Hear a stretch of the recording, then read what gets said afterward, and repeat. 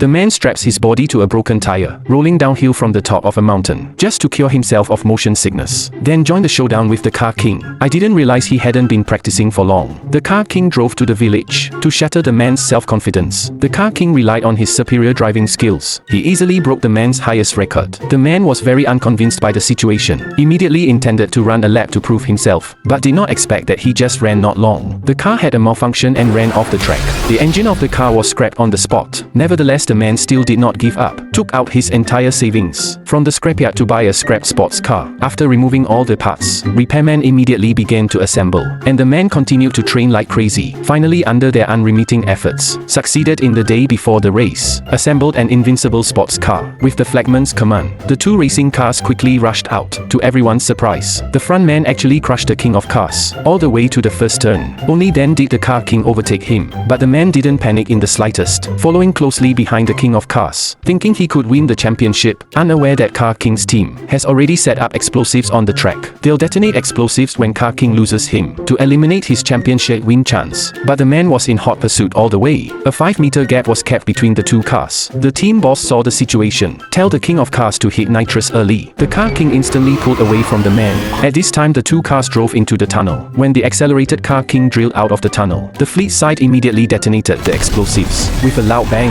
the tunnel immediately collapsed. Just when everyone thought the race was not in doubt, the man, however, suddenly closed his eyes. This confused all the people watching the live broadcast. Only Master and Senior saw the man's intentions. The next second, the man suddenly spun around, actually drove the car directly to the top of the tunnel. Not only successfully bypassed the collapse, and also landed smoothly, the man immediately activated the nitrous boost. In just a few seconds, he caught up with the Car King ahead, eventually winning the race by a narrow margin.